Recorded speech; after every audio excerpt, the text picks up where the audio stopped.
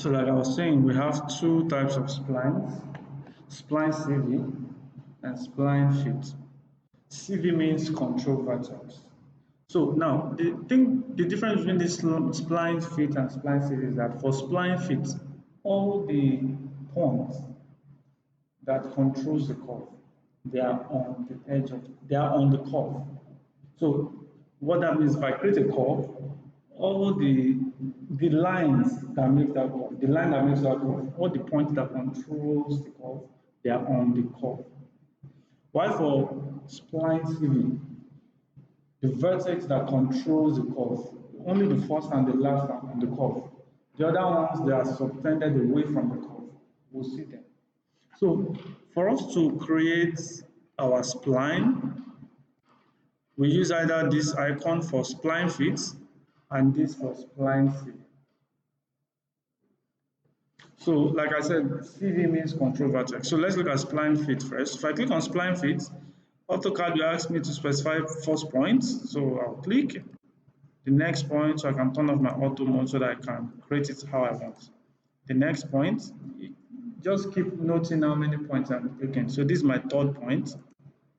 This is my fourth point. This is my fifth point, sixth point, seventh point. And once I'm done, I'll press enter. Right? So now, if I select this spline, you notice all the points that I clicked, 1, 2, 3, 4, 5, 6, 7. They are on that curve itself. So anytime you see a curve or a spline, whereby all these points, hot grips, remember hot grips, they are on this curve. This kind of spline is called spline fit. So what that means is that if I want to control the way the curve goes in this place, I'll have to click on this point here once and move it how I want. So if I move it this way, that's how to control. So if I click on this guy, I can tell I want this to go up more or come down a little bit. And maybe this one should come this way. Do you understand? So the points are controlled by these guys. Then let's look at the next one, spline CV. If I click on spline CV, I'll try as much as to create similar curve. So I'll click my first point, go to the next point, third point, fourth, fifth, sixth, seventh. Press enter.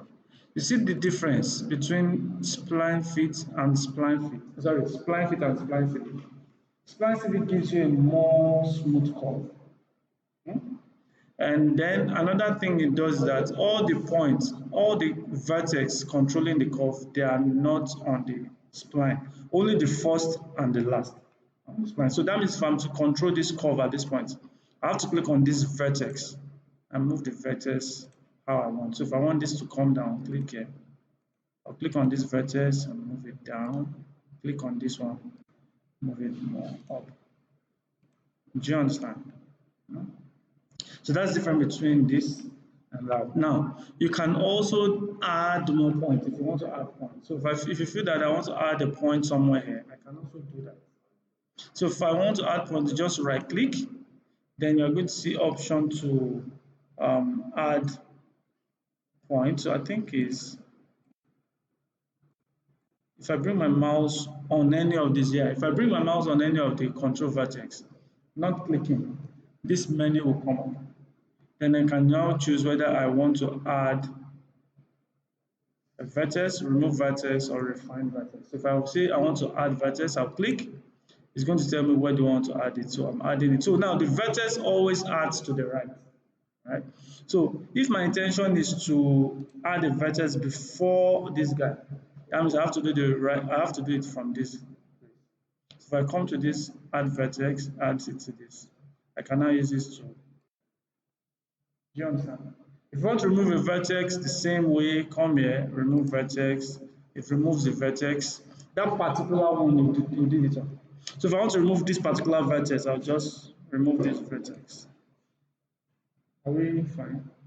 And the same thing with these guys. If I select this, I bring my mouse on this, I have add fit points. You can see their terminologies. Fit points, vertex. So I can say I want to add a fit point, and it's going to add a fit point to the right. Where do you want to place the fit point? Somewhere.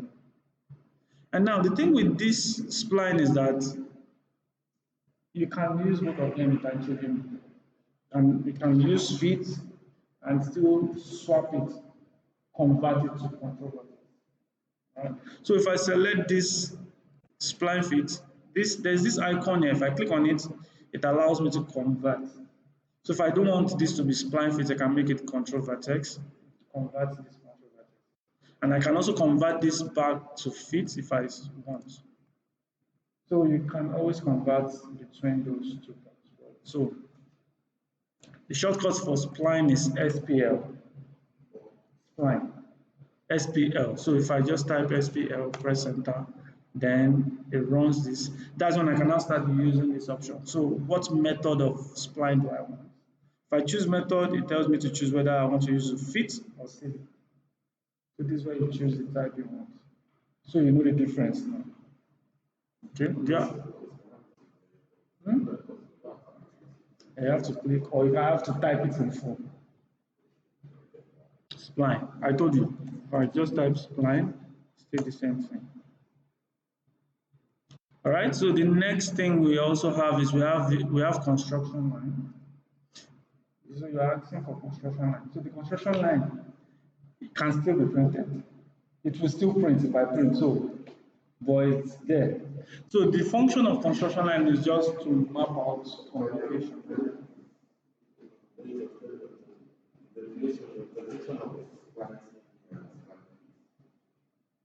I didn't give it definition. I just gave different. I just explained and gave different splines. I just used to create curves. Curves that don't have dimension. So it's just used to blend maybe a point to another point. Just a smooth curve to blend. That's what splines are used for. All right. Then, and I said we have two types of creating splines in AutoCAD: spline fit and spline CV. And we know that CV means control vertex. Right, so vertex. So we have construction line. The shortcut for construction line is XL, as in extra large. So if I click on construction line, so for the construction line, you don't know the start point and you don't know the end point. It goes at infinity. And it's actually, it was done that way on purpose. It was meant to be construction line, just a guide. So if you click on construction line, you have some options here. All right. So you can make a horizontal construction line, a vertical at an angle, anyhow. But the simplest one is just clicking here to go at any direction you want. So if I want the construction line to go this way, I can just click and continue clicking till I'm fine. Once I'm fine, I'll press enter. Yeah.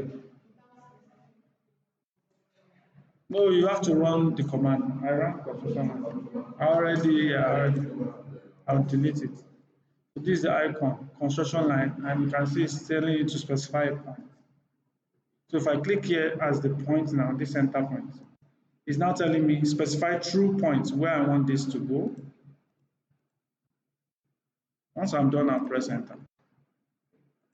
Now, if I go all the way to the right or to the left, you notice that I will keep going.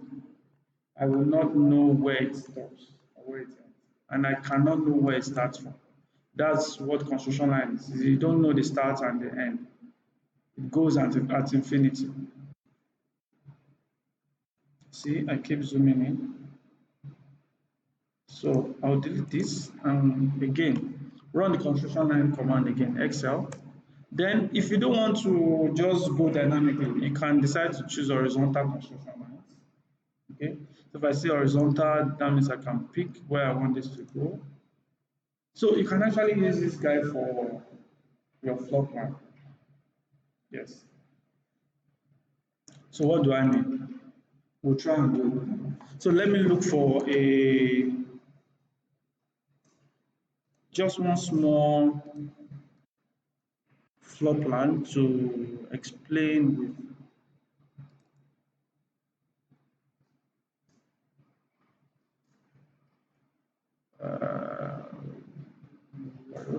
let me see if I have some architectural design, no?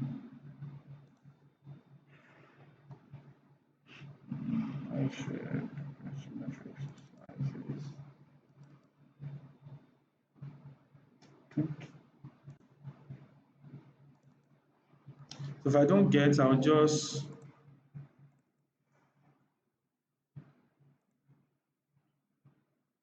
okay. So let's assume I want to create a floor plan. So let me just quickly create something there to show you what I mean. So let's assume I want to create a floor plan that goes, this is 600, coming down, we have 300, going all the way, maybe 200, coming down 500. You come down with 200.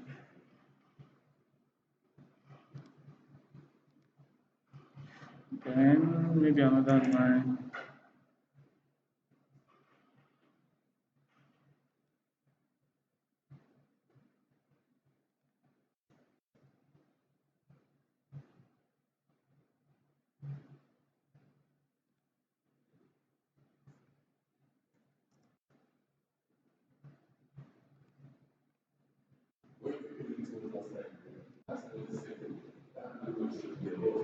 Which one? This place. Endpoint. Endpoint.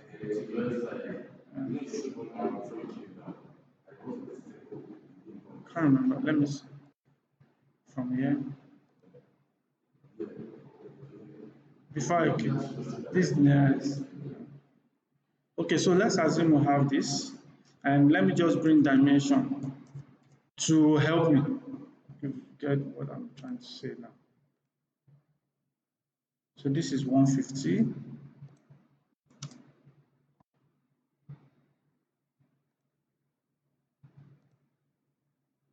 This is 250.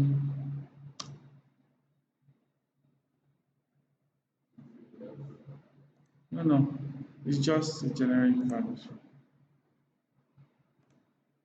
So this is 350, and this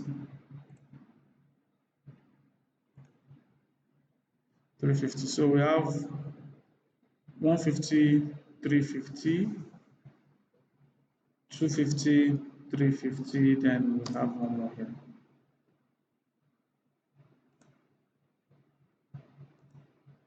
$200. You know, if you are doing an architecture drawing, you want to start with your grid lines on which you now start doing your walls.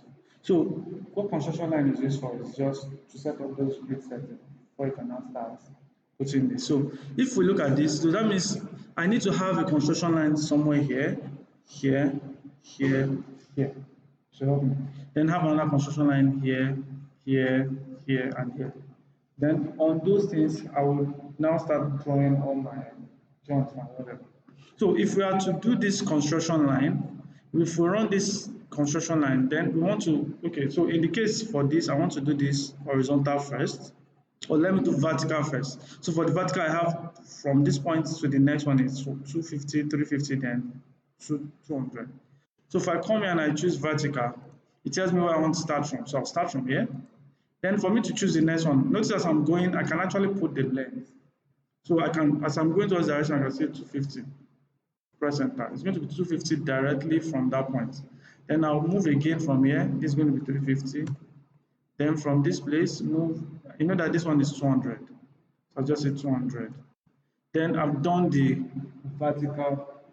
Then the next thing is, I can also, okay, construction line again. I want to do the horizontal ones. So for the horizontal ones, I have 150 and 350. So let's say I'm starting from here, click just somewhere here, come down, just bring my mouse and trace down, then put 150, and bring my mouse on this, trace down on any of these guys, trace down 350. So you notice now with this, I've used this construction line to get the outline on which I can now start drawing my walls. Do you understand? So if I want to draw now, I can ask, okay, I want to draw a line and just start drawing the line from this place to this place to this place. If I have another construction line to this place, here, here, here. So it's just a way of, do you understand? By the time we get to layer management, you are going to appreciate this more. You will not really get it now. Once we get to layer management, we'll create a layer for construction lines and make our construction line very thin, faint, so that by the time I put in our drawing, we will see through very well. So that's just what construction line is all about. So once I'm done in this case now, I have to delete this construction line because it's going to be in the way. But really, usually I don't delete them. I leave the construction line as a layer. I can just turn them off and on. So that's what construction line is used for. Then we also have what we call the rays. So ray is more like construction line, but the difference between ray and construction line is that ray has a starting point, but it doesn't have end point. But construction line, we don't know the start point, we don't know the end point. That's just the difference. Right? So if I go to ray, the shortcut is just typing it in full ray. So if I click on ray, it tells me to pick a point where I want to start from. So I'll pick here. Then where am I going? I'm going up here. I'm going towards this place. I'm going towards this place. And I'm going here. Here. So once I'm done, I'll press enter. So you notice we have a start point for this ray, but we can keep going. We will not get end points. Okay. The usefulness, I don't know yet, but it's there. The truth is, most of these tools will be there. You not use all of them. All right. Then we have donuts. I'm skipping some of them because a few of them are not needed for 2D. And some we don't need them yet. I'll still come back to them. All right. So we have donuts from the word donuts. You know, donut has two radius, two circles, one outer one and one inner one. So that means we are going to be representing two diameters of two radius or radii. You know which are the talks. So then, you notice once I pick this donut, the shortcut is DO. It tells me to specify the inside diameter of donut. So it's asking for diameter. So if I have a value, it's proposing a value for me, 10. If I want to accept that, I'll just press enter. Then specify outside diameter, 20. If I want to accept, I'll just press enter. Then where do I want to place this donut? Place here, place here. So it allows me to place multiple donuts. Once I'm done, I'll press enter. You can actually use this donut. The most useful application of this donut is just in electrical field. You want to create your breadboard. You know all these panel layouts. You can use it to just show stuff. But that doesn't mean you can't still use it in other engineering fields. But then you have that here. Then I will stop. Okay, then we have revision cloud. So this revision cloud, we have three types: rectangular, polygonal, and freehand. So what revision clouds are used for? They are used to emphasize on a particular part of the drawing. All right. So let's say, for instance, Ctrl Z. So now look at this guy. I want to emphasize on this part. Okay. So let's assume I want to emphasize on this part to give another note, to give a note about this section. I can use revision cloud to bring attention there. Then I can now, you know how engineering drawing is like. So if you want to give a detailed drawing, and you just create a cloud around that place and now draw it out, bring an enlarged drawing and put. So you can use revision cloud for that. So we have three types. We have rectangular, polygonal, and freehand. So let's look at all of them. So if I click on rectangular revision cloud, then we have these values. We'll talk about them now. So let's just click. If I click and drag, you can see what this gives me. So what I did was just to click and then click, just like you are creating a rectangle. Click your first corner point, click the other corner point. All right. So you notice that this thing, you see the angle you have, the arc length is really large. Now, depending on the scale of your drawing, there are some times where this will be just perfect. But in the case for this guy, it's not good at all. It's too large. So I need to look for how to set it such that it can accommodate for this. That's where the setting is. So if I go to this revision cloud, we have this arc length, object rectangular this. So if I go to the arc length, it tells me to specify the approximate length of revision cloud. So what I have right now is 25. 25 is too big. So I need to choose my own arc length. So let's say I want an arc length of 10. Then if I come here now and draw, you notice that I get to have a smaller curve. So if I want to do in the case of this guy now, you know that I have to still go and change my outlet because this is even smaller drawing. So if I go to my REV cloud, that's a shortcut for revision cloud. Then I can choose the type, this, inside this draw. If you click on the drop down, you have revision cloud. Okay, so if I come to this revision cloud, I can set my arc length now to, let's say this is going to be 3. Then I can, yeah. So now even 3 is still too big. So I have to go back and go to my arc length, change this to maybe 0.5. And if I come here now, right? So depending on your drawing, you should set your arc length accordingly. Do you understand? So that's just. Then let's look at the other type. We have polygonal. So polygonal is you clicking where you want to emphasize on. So if I click on polygonal and it still remembers our last setting. So let's assume I want to focus on this place. I can just click, click, click, click to pick the part that I want to. So once I'm done, I'll press enter. I get that detail. So that's the polygonal. If I select this, I can use this alt grip to change where I want. So maybe I want this to go this way. I don't want to add this.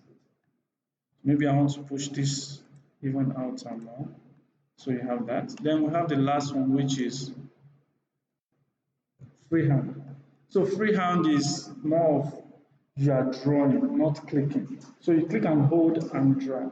So if I go to freehand, I can come to the section I want. I'll just click and drag and get to the last point. So it's more of painting over the section and dragging over the section. Hmm?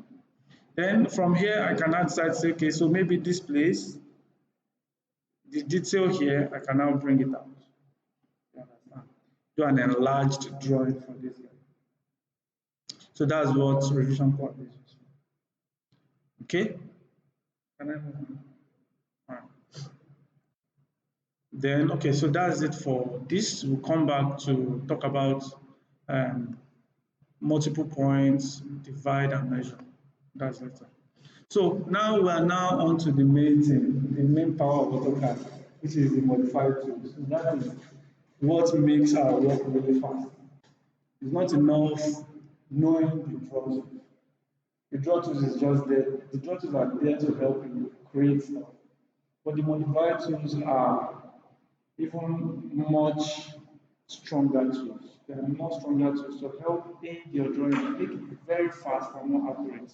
You can see with this example. So let's look at a few of them today and then so I'll delete all these rubbish. So the first draw tool we have is move. The shortcut is M. Move M. So if I click on move, AutoCAD will tell me to select objects. I want to show you using the command first. I don't go through this method. Alright? This move now, under modify, move.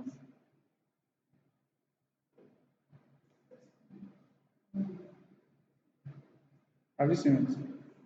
Also, if you are not seeing the name, this is the symbol. Yeah, so this is symbol. So if I click on move, AutoCAD will tell me to select object. That means I can move more than one object at the same time. So if I select this one object, it highlights. I can select this another object, it highlights. If you want to select everything, you can just do a window or cross selection of everything. So once I'm done selecting, you still see AutoCAD still telling me to select. So because it still feels that there are still more things I want to select.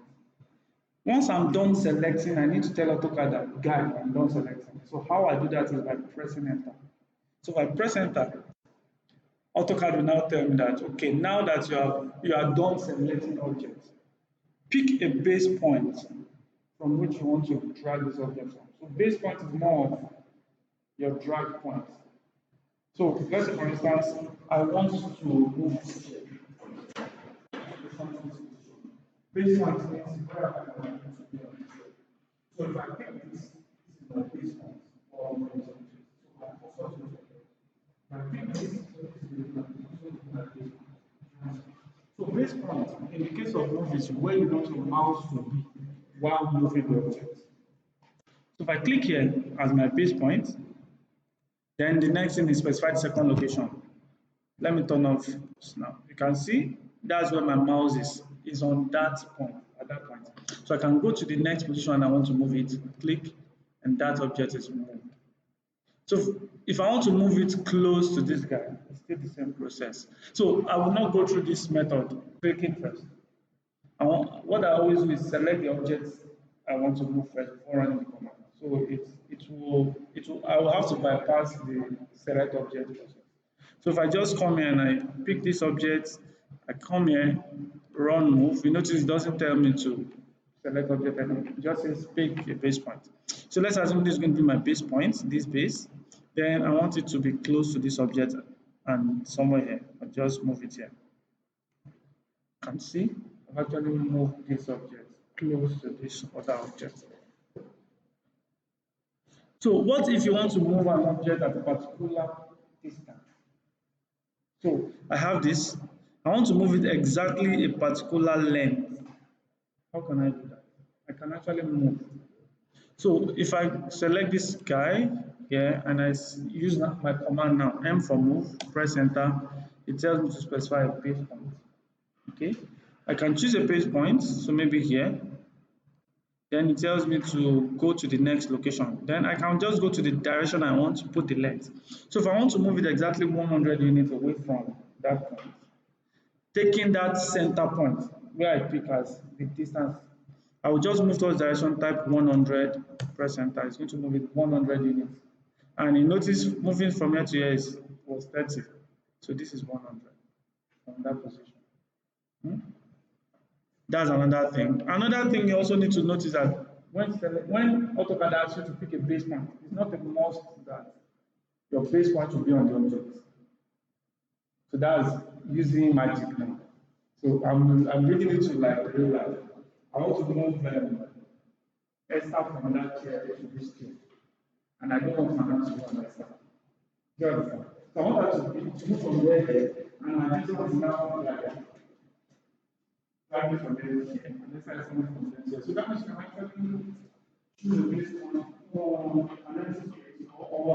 another object, and use that to manipulate the object you're looking at. So what do I mean by that? What if I want to move this object backwards at exactly this length? Do you get that? I want to move this object backwards at exactly this length. So my base point is going to be from here to this place. So let's see. So if I select this object and I say move, M for move, it's asking for base points. I'm going to pick this place as my base point. Then the next point, I'll come here, click. It would have moved that object at exactly this length. I don't know the length. Let's assume I don't know the length, but I want to move it exactly the length of that. So you can see that my base point, I didn't click on the object. All right. So that's move. I'm taking my time to explain all these things with move. The other tools I will not, I'll just go straight to the point. No, now it's still the same principle. Sure. It's still the same principle. So that's everything with move. Then we now have the next object, which is copy. So copy allows you to duplicate objects. All right? The shortcut for copy is CO. So don't mix it. The shortcut for circle is C. Shortcut for copy is CO. Right. So if I click on copy, so I'll just select the object that I want to copy, then click on copy. Then it's going to ask me to pick a base point. So you will have the idea, you know what base point is. So I don't need to explain what base point is. So that's why I said I will not. So the base point, I will just pick somewhere here, maybe this. So the only thing I will just need to explain is the mode. Because AutoCAD gives us two modes of copying, either multiple, it gives us multiple and single. So if you choose single, that means you copy once. If you choose multiple, you are copying more than, you understand? So let's go to the mode first. You notice we have single and copy. Let's go to single first. So it's asking for base point. If you choose here as our base point, the next position stops the command because the mode you have chosen is single. So let's run it again. CO for copy. Go to mode multiple, even though multiple was there for them. So I'll pick this as my base point, click, click, click, click. I'll keep clicking until I'm done. Once I'm tired, I'll press enter to stop. Undo. Select this, CO for copy. You go to your mode, then you choose multiple. Then if you pick a base point, you can choose, start clicking, clicking, clicking, clicking. Once you are done, you press enter to stop. All right? Mr. You know you have video to watch. Eh? So the next one we have is rotate. You can also rotate an object. So I think we have too many here. I can just delete.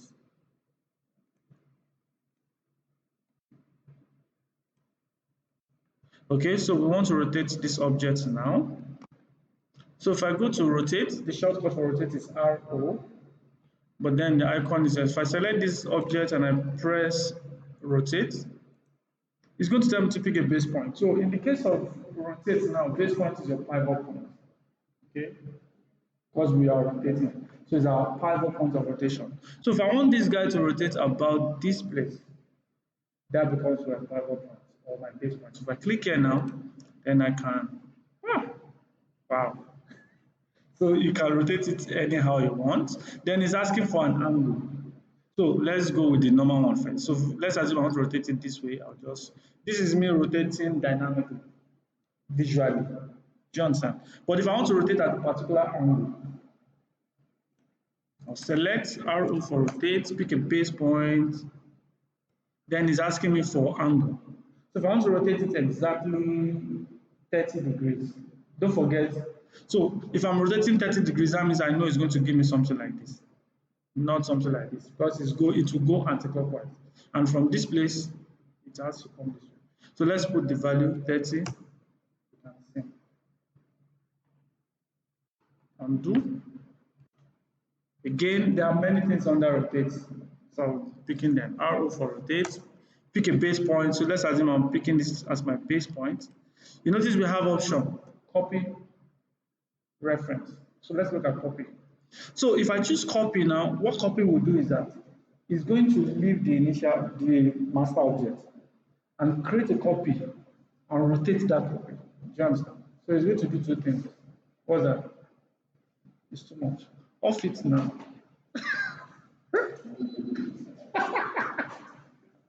Every time I have a go in this country. You have Russia and Ukraine. You have Russia and Ukraine. So you get the whole gist. Copy will create a copy and rotate that copy at whatever angle we choose. So let's choose copy. You remember we can use a shortcut C for copy. In the case of this is serving as a sub command now. C. So it's now telling you can see already what we have now.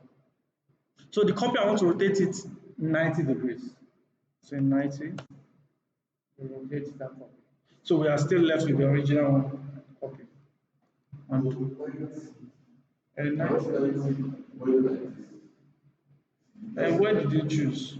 I chose this place as my base point. So if I choose this as so that means everything will be rotating about this point. So it has to come this way. Zero is here, 90 is here. And so if zero is here and 90 is there, and I want to rotate this, how does this guy rotate this way now? So this one will come this way. So let's look at the other one. So now this is that reference is kind of tricky, but then let's look at this. So I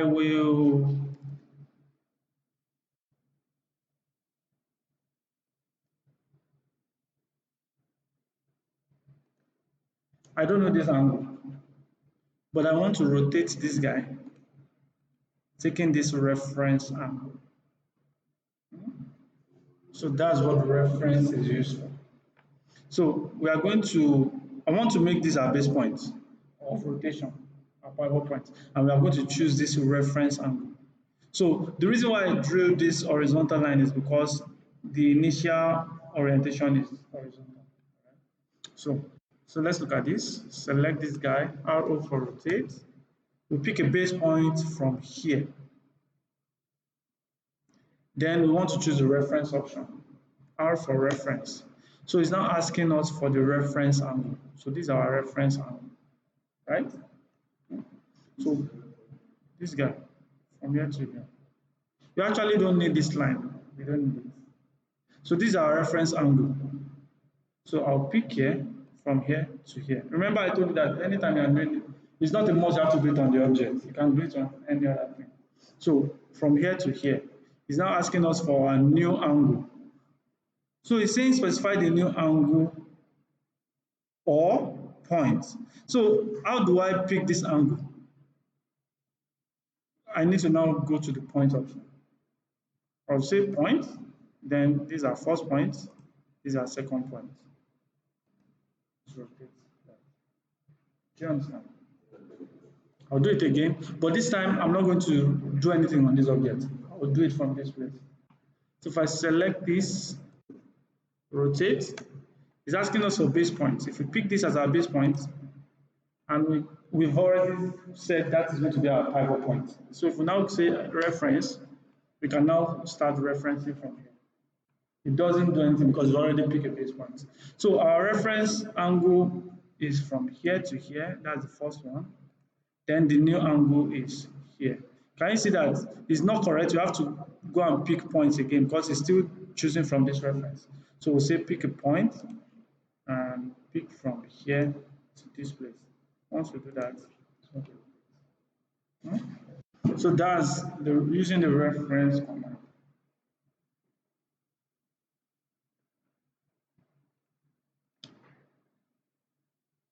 Um, so the next one we have is, we'll come to this later. We have scale. Come to this mirror later. You have scale. Scale allows you to scale objects, either enlarge it or reduce it. So anytime you are scaling objects, things that you should put into consideration is that we have scale factor. It's still cold, Abby. Please help us turn it off. Maybe you should be coming with your pajamas. Your sweater. Because Mr. is ready to kill you. Yeah, put it on sweater. I'm ready for anybody. Mr. Afro is ready to kill anybody here. So. All right, so as I was saying, skill. Things you should put into consideration is that, and this place is calm, no noise. That place itself is noisy. So the things you should put in consideration is that major thing you need to put in consideration is scale factor. And the scale factor is usually either one, less than one, or more than one. So if you are choosing a scale factor of one, that means you are saying 100% of what you have, which still remains the same size. If you are choosing a scale factor of less than one, say 0.5, you are saying half of what you have. Am I making any sense? And if you are choosing a scale factor of 2, that means actually doubling the size. So you can see. So a scale factor is either less than 1 or more than 1. When you have a scale factor less than 1, you are reducing the size. When you have a scale factor more than 1, you are enlarging the size. You are increasing it. Do you understand? Another thing you should notice that AutoCAD takes both decimal values and fraction numbers. So if you choose 0.5, it takes it. If you choose 1 over 2, it takes it. If you say 0.25, it accepts that. If you say 1 over 4, it still accepts that. Do you understand? So let's look at this. We want to scale this guy. We want to enlarge this to twice the size and then reduce this to quarter its size. Do you understand that? Hmm? First of all, we are going to enlarge it to twice the size. Then afterwards, we will now reduce this to quarter the new size. So if I select this, I have the icon for scale. The shortcut for scale is SC. You can see it at SC. So if I click on scale, it's going to tell me to pick a base point. So in the case of scale, base point is where you are scaling from, right? Where you are scaling from. So if I choose this place as my base point, that means every other part will scale up or down towards this point. All right. So let's say we are choosing this place as our base point, this midpoint here. We click. If I move my mouse, you can see as I'm moving up, scaling down towards that position. But then it's asking me to choose a scale factor. I said we want to enlarge it twice the size. We choose 2 for our scale factor. It scales that up. Then we want to now scale it down to quarter this size. So we'll select this. SC for scale. We pick the same point. So it's asking us for a scale factor. Quarter. We know that quarter is 1 over 4 or 2.1 is 0.25. Any value which is what? You just 1 slash 4, your slash. So if we do this, we press enter, it's going to scale it to quarter that size, which is the same thing as half this. Say we know. All right. So that's pretty much everything with scale.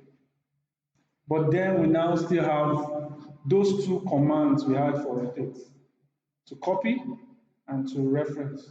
So let's look at it. So if we select this and we use our scale command and we pick a base point, so let's pick this place as our base point. You see we have option to scale a copy or to reference. So you know what copy is. It's going to create a copy and scale the copy accordingly. So let's do C for copy. What scale factor do you want to have for this copy? So let's say we want this to be 5 times the size. See that. It creates a copy and scale it up 5 times the size. So I'm going to delete these guys. Then I will now scale again. Now this time, I want to scale this guy up, making use of this reference length. Please, I need our attention. I want to scale this guy such that this base length is the same length with this guy. Yeah.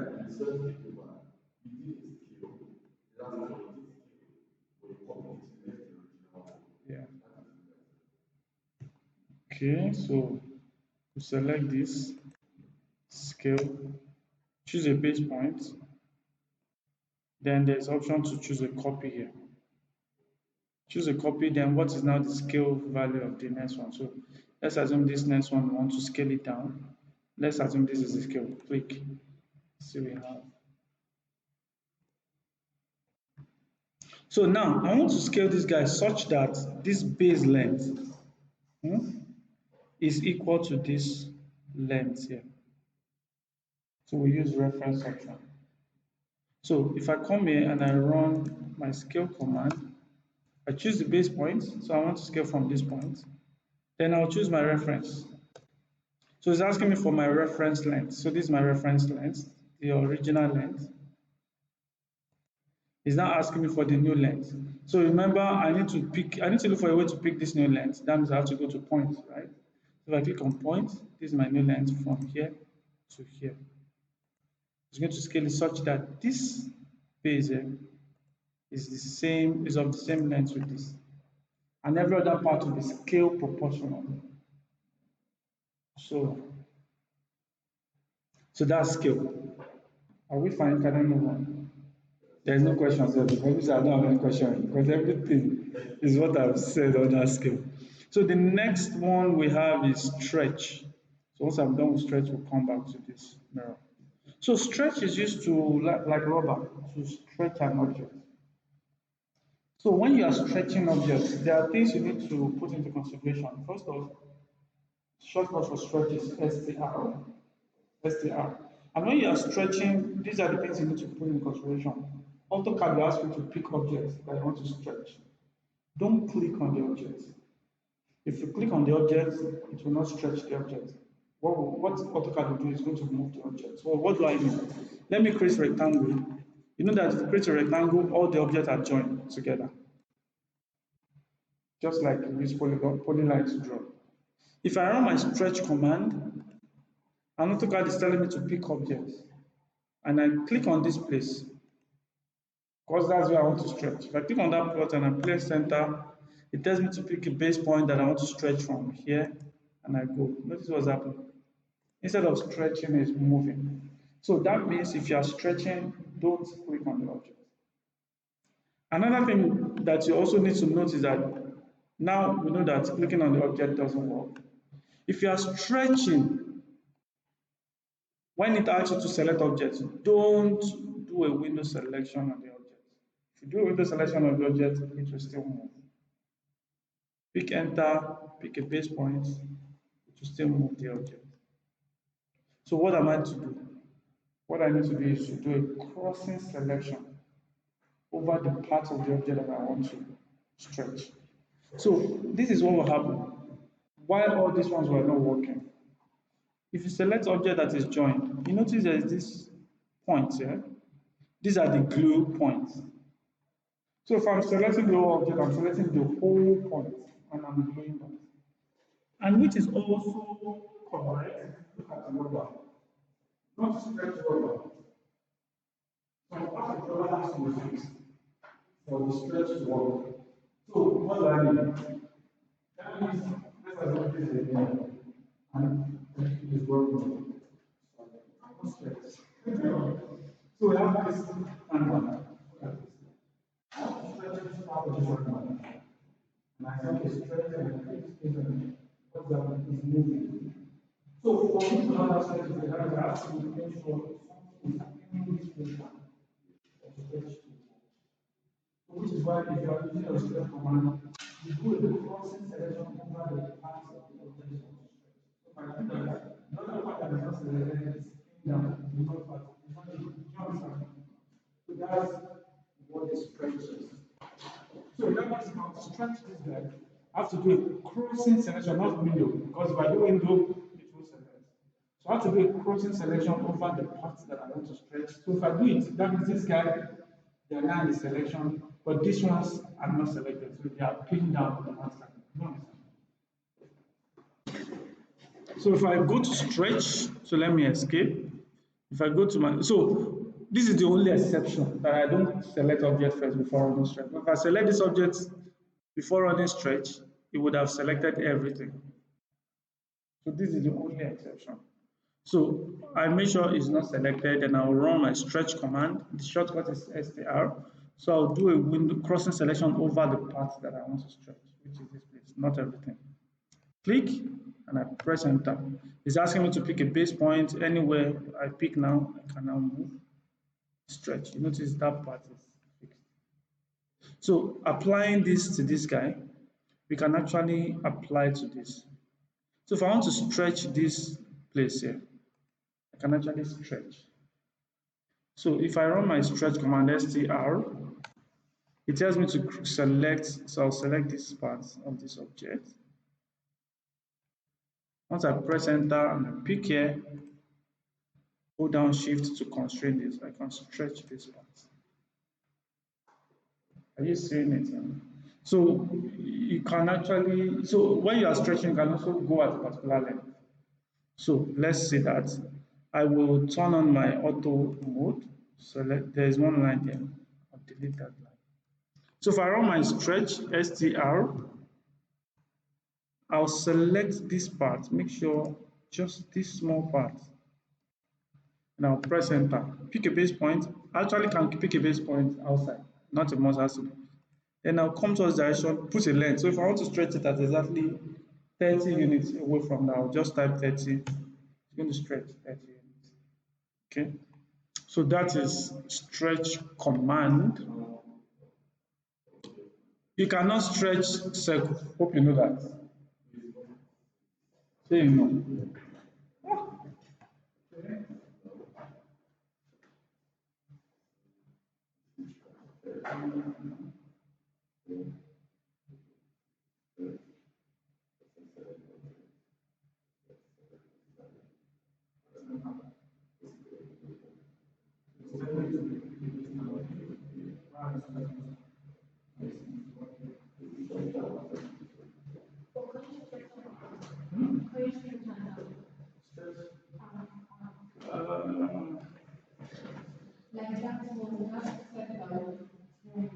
This place, we should, since there's a pointer, should work. So let me just copy this out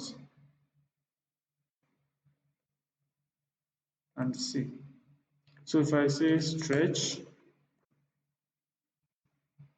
it should work. It stretches. You can stretch. Turn off auto. Because this part is not selected. Those points. You can, it's closed. Do you get? So if I come here now, you know this circle, even though they have all these things, is one continuous object. It's not like segments that is joined. So if I come here and I say stretch, and I want to stretch this part, try to move. Nothing is happening. So stretch, select this part. I know there's a point there. Pick, it will not work. All right, so that's stretch. Then the next one we have now is to come back to mirror. So which is what I would have used for this guy, mirror.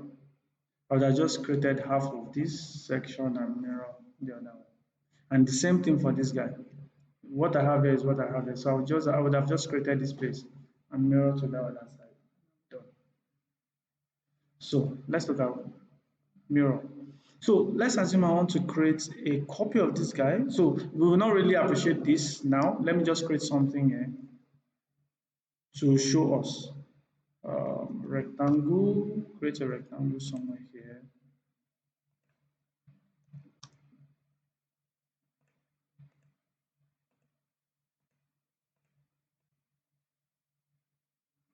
Then have a little, one small hatch at this point. So you can see the issue. That means the scale is what? Is too large. I need to reduce, so I have to bring this 0.2. Still too much. It's too small. 0.1. I think I'll change this pattern. This is fine, I beg. So let's assume we have this, and I want to mirror this object. Okay, so this guy is also hatch, so let me just hatch this place also. Okay, so we have that. So I want to create a mirror of this guy. Okay, so when you are mirroring objects, I hope you know that just like physics, you are drawing it. But then there's this one point that I need to draw out that when you are mirroring an object, there's always a mirror line, right? There's always a mirror line. And that mirror line The distance the object is away from the mirror line, the distance the image seems to be. So that means if this is a mirror line and the object is this distance away from this line, the image will be exact distance. So if my object is directly on that mirror line, that means my image will also be directly on that line. Just want to drive that point. So in this case, we don't have a mirror line. The mirror line is is a virtual line. So you can pick anywhere on an empty space. So this is the icon for mirror. The shortcut is MI. So if I select the object I want to mirror, I can run the mirror. Then it tells me to pick the first point on my mirror line. So let's assume I want this object to have this distance away from the mirror line. Click and go to the second lens. You notice I need to make sure that this is vertically straight. So I'll just turn on my auto mode, bring this up, second point. It will now ask me a question. It's going to say, do you want to erase source object? Erasing source object means after mirroring this object, do you want to erase this? If I want, I'll say yes. If I don't, I'll say no. So you notice that it flips this guy.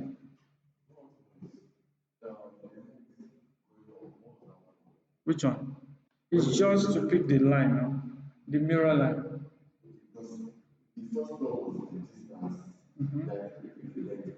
That length, okay. So what happened is that this is what happened.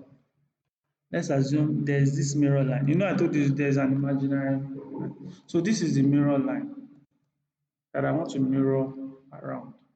So if I do this, MI for mirror, it's going to tell me to pick first point on mirror line. So mirror line has 2 points. It's asking me to pick first point. So this is the first point. It will now ask me for the second point because it needs at least 2 points. It doesn't, it's not a must has to be there. I can pick it anywhere on this object. I can pick this place. Do you understand? It's not a must has to be, no, it doesn't matter. But it has to just be exactly that line. It has to be straight. So it's asking me, do you want to erase? If I say yes, okay, I choose no. So we get that. So I can also mirror at an angle. Hope we know that. So if I want to create another mirror that goes at this, maybe this angle, so that one will come here, I can also do that. If I select this, MI for mirror, and it's asking me for mirror line. This is from here to here. It's going to take that line. Do you understand? And try and mirror it. So do you want to erase source object? If I say yes, erase source object, it's going to erase it and leave this one. All right? So that's mirror.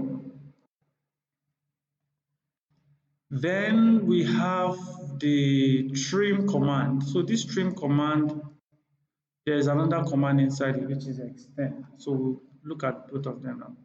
So the trim command, the shortcut for trim is TR, and is used to trim off stuff that intersects. Very important. Something has to cross something for trim to work. So what that means now is that if I have this kind of line, I cannot trim this line. I can only trim a line if there's something intersecting it like this. So I can trim a part of the line. But in the case of this guy, I cannot trim any part of this line because nothing is intersecting it. Do you understand? So if I want to delete maybe this place and this place, from this place to this place, I want to delete so that I'll be left with this line and this line. Trim will not work in this case. Another command will work. We'll look at it in a bit. But this is the situation where trim will work, where you have a line intersecting it and I want to trim one part of the line. Okay? All right.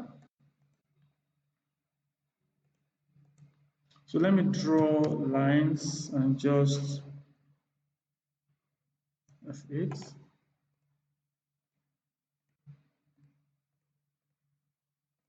Just have a lot of intersections just to use it to explain this.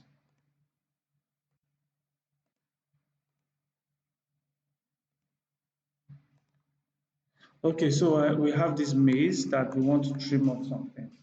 So let's assume this guy, we don't need this line. We want to trim off this line. We know that something is intersecting, so we can trim. So if I run my trim command, I said the shortcut is TR, right? And before now, it used to be that when you want to trim a line, you need to look at the two lines intersecting the line you want to trim. Select those two lines first before you can now select the line you want to trim. But now, AutoCAD has faced that long process. You now have option to just use your trim command and pick the line you want to trim, and that goes. Right. So if I run my trim command, AutoCAD, you can see no other command. Just go to the place you want to trim and click. Please, I need us to look up. So once you run your trim command, just go to the place you want to trim, click, you trim. I can come here also, I can say I want to trim this point, trim, and trim this line also. I can say, okay, trim this one, trim this one. Hmm? You need something crossing it. Like, oh, can actually trim. And this is new. Wait, hold on. You know this 2022, so let's can I trim this line? Let's see.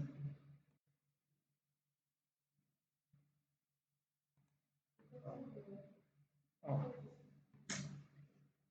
I don't know if I have AutoCAD 2028. So you see, 2018. I don't have anymore. You will see. You cannot trim.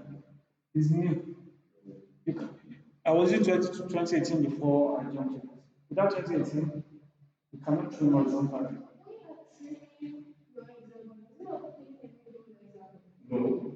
No, it will not take it away. Trim will pick it perfect. Even rectangle. So that means rectangle, I'll be able to trim rectangles if I have rectangle. I'll be able to trim this part. Yeah.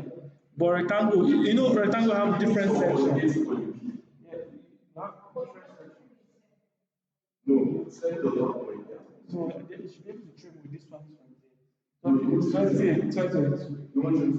You should be able to. Let's see now. It's not about arguments. You should be able to trim. So this version is actually so now what's happening now? Hmm? Then now you trim down. Undo. It will not. Something has to intersect it for it to not trim the section.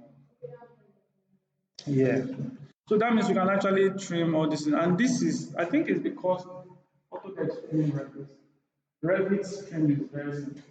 You don't need all this thing that we used to do in AutoCAD.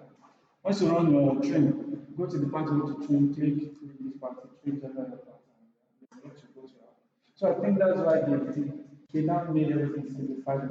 So I think my training will now change. So I don't have to be. So these lines that I just drew, all these ones, they are rubbish. I think I've gone this part. I could have just come in, trim this part, trim this part. I can even trim this one. That's what it means. All right. So, but then, even with this, there are still some things you can do with trim. And that's, but I don't know. Why should it be this? Because this erase. So that means trim is now doing erase job. It will not. It won't. If I select this erase and I pick this guy and I press enter, that's all. So I think the difference is just that for trim, you're not pressing enter. Erase, you're pressing enter. It does the same thing. So I don't know why they did that, but then that's by the way. So extend will. I said the shortcut for trim is TR. So extend will extend the line to join another potential perpendicular line. So that means here I can extend this one to, I can extend this line to meet, can extend this to meet that. Okay, so let's see if this is inside this trim. If you click on the arrow beside it, you see it used to be trim before. So that means if we have this line, let's see if it will work. from here to here. So this is a collinear line. Let's see if extend will work. Before now it will not work. So let's see. So if I go to extend and I click on this, it still doesn't work. So this one that is coming is because there is a potential horizontal line. So that's what it's extending to. So note that. So now because I have zoomed in and I'm not seeing that, it's not working. Can you see? So you can still see that there are some things they still feel that they should not work. So if I want to join this, there's another tool I have to use to do that. We'll get back to that. So that's extend. Erase, the shortcut is E. We have looked at that. Then we have fillet. So what fillet is used for is to create a curve around an edge. So every object in this world will have a kind of filing to it, a radius to it. You cannot have a sharp, it's not possible. Even if you look so sharp, if you look at it closely, there is a kind of filing to it. Alright. So now I'm going to be looking at these two tools together, fillet and chamfer, the difference. Fillet gives you a curve, chamfer gives you a cut. So when you are talking about fillet, when you're talking about fillet, what comes to mind is radius. Hmm? And when you're talking about chamfer, what comes to mind is distance of cut. So meaning I have this object and I want to cut out. So I have this shape. For fillet, I want to have a radius that gives me a round edge. So this guy will have a radius value. That's what I use for that example. I first joined them, now did the fillet. But for chamfer, you need distance of what? Meaning from this horizontal line and from this vertical line, assuming this is our origin, what distance are we cutting from this line and what distance are we cutting from this line?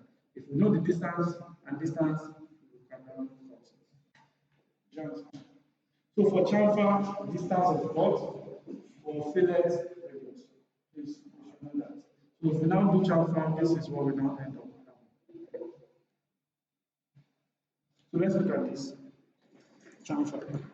So if I'm doing my fillet, I like doing my settings first before running the command. So if I go to fillet, the shortcut for fillet is F. So if I click on fillet, it's going to tell me to select the first object to fillet. So it's between two objects that are joining.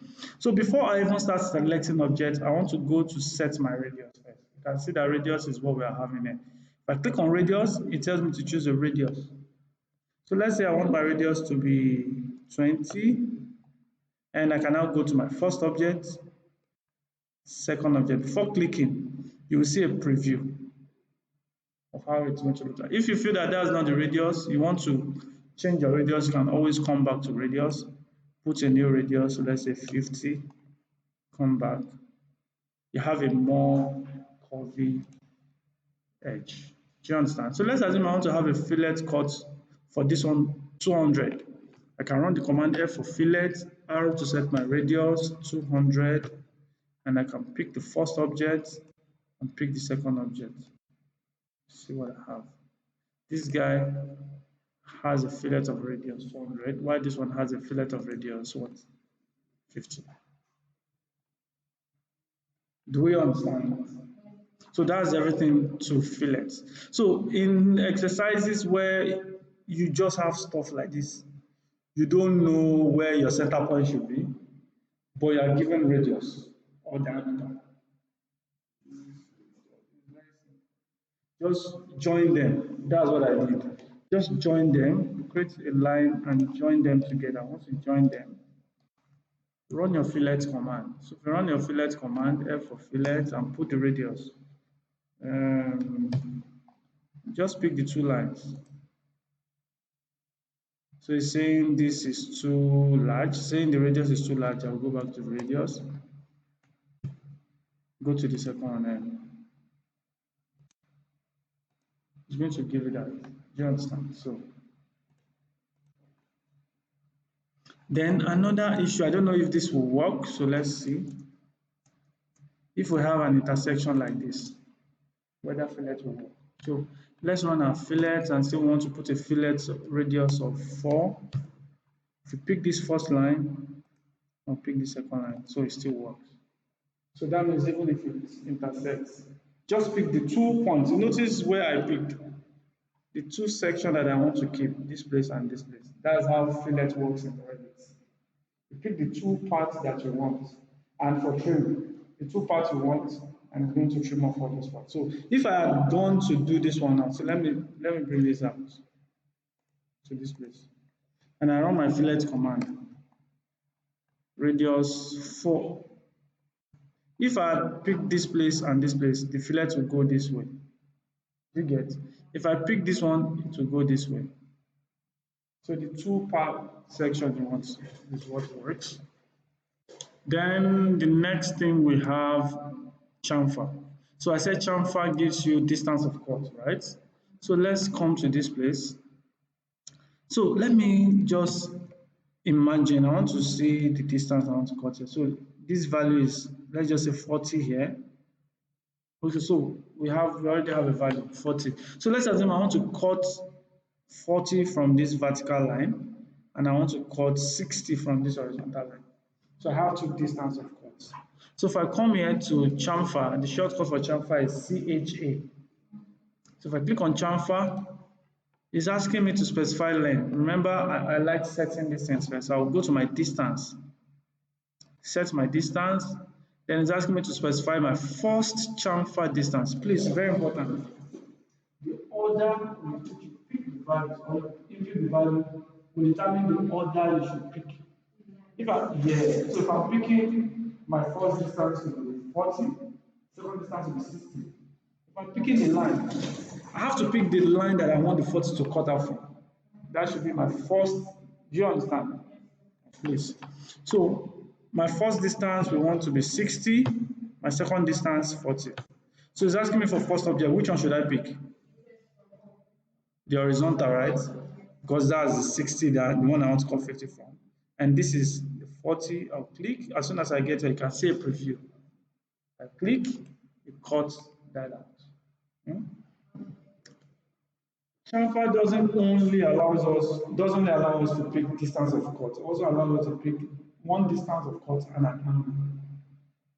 So that means if you have this and you know you have a length, for instance, you have this length, but you don't know this. But you know the angle this guy is going. You can also choose. Yes. You can know the angle is going, you can use chamfer also.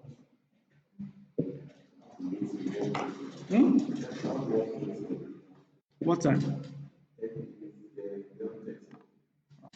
Okay. Yeah, you get the video now. All right. So let's assume we want to cut this out. We have a value, a distance, and we have an angle. Right? We just fabricate something out. So if we go to chamfer, and instead of us now going to distance, we have angle. If we choose angle, it tells us to specify the length, chamfer length of the first line. So let's say we want to cut 30 out. Notice what it's now saying. Chamfer angle from that first line. So let's assume we want to have a chamfer angle of, what angle should we choose? 67. Now, wow. 67. So this is the line we want to cut from. Click here and go to the next one. You can see. So this guy will be 67 from the base. Do you understand? All right. So that's everything with chamfer. Then the next thing we have is blend curve. So blend curve will try to blend curve on 2 objects. The curve doesn't have dimension. It just tries to.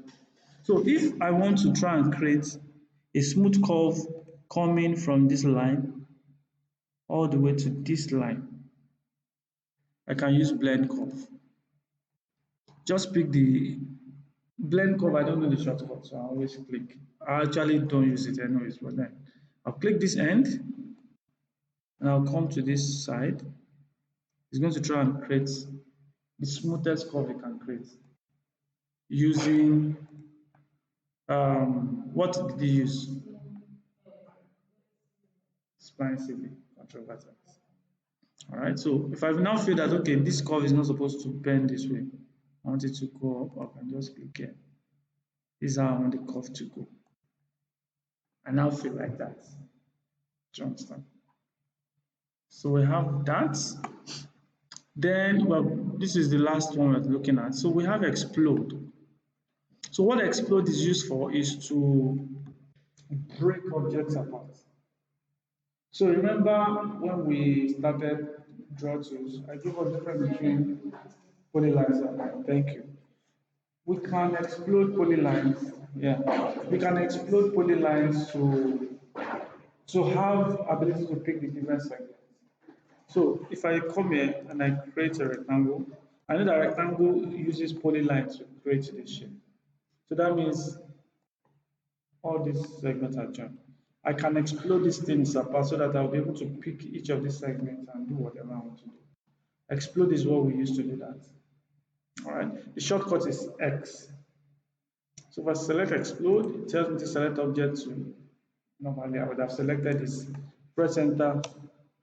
It seems as if nothing happened. But if I click on this guy now, I'm able to. So that's, yeah, we can bring it together. And I'll talk about that one in a bit. So let me create another shape. And let's see. So this is 20. So let's say I want to create a door frame. See that frame? There's a tool that I can use to create that frame. All I need to do is to know the thickness. If I know the thickness, then I can use a tool to create that. So let's assume this is a door and I want to create a frame for this door. And the thickness is 20, as I measured just now. And instead of me coming here and start to calculate, measure this and measure and start drawing out, I can use a tool, and that tool is offset. Offset allows you to create a duplicate of an object using a particular thickness or distance value. And when you do that, you can either offset it inside or to one side of the object or to the other side of the object. So the reason why I took back that inside is if you have a line that's not close, there's no inside and outside, so one side or the other side. So if I go to offset, the shortcut for offset is O. So if I click on offset, it's going to ask me to specify the offset distance. So I've already chosen 20, so I select the object to offset. If I select this object, I can either go in or out. Maybe I want to offset in or I want to offset out. And this distance is 20. So if I want to do another one, let's say I want to do another one 10, I can always exit, run my offset command again, 0, and put distance of 10, pick this guy, and offset in 10.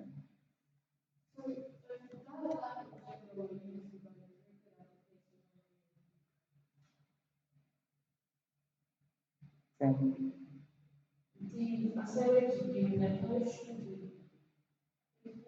the first one I did, is it this one?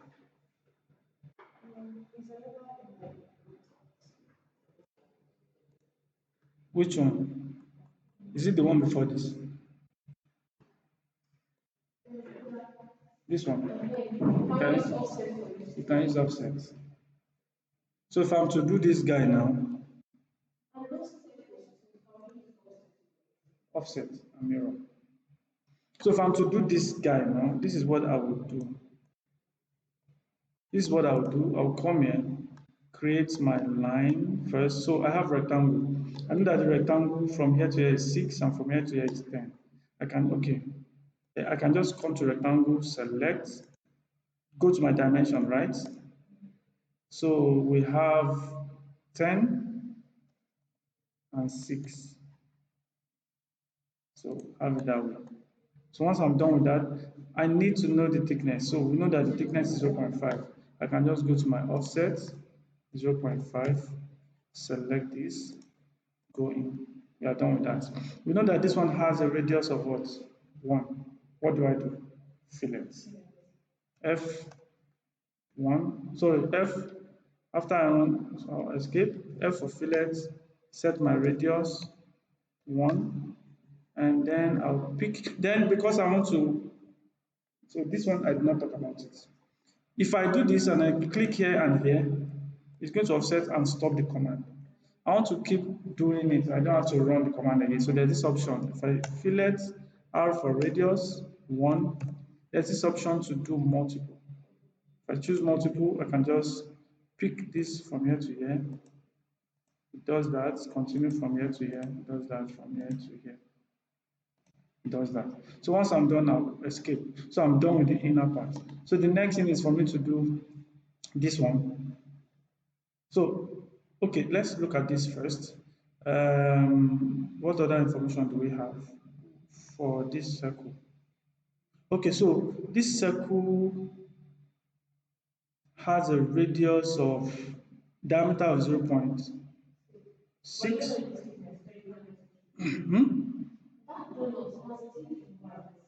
It will always be white. It's always white. So this one now has two diameter. One is 0.611. And if you look at it, they share the same center point with this curve. I can tell. So what I'll do is I'll just create a circle with center diameter. Then if I bring my mouse close to one of these, I'm going to get the center.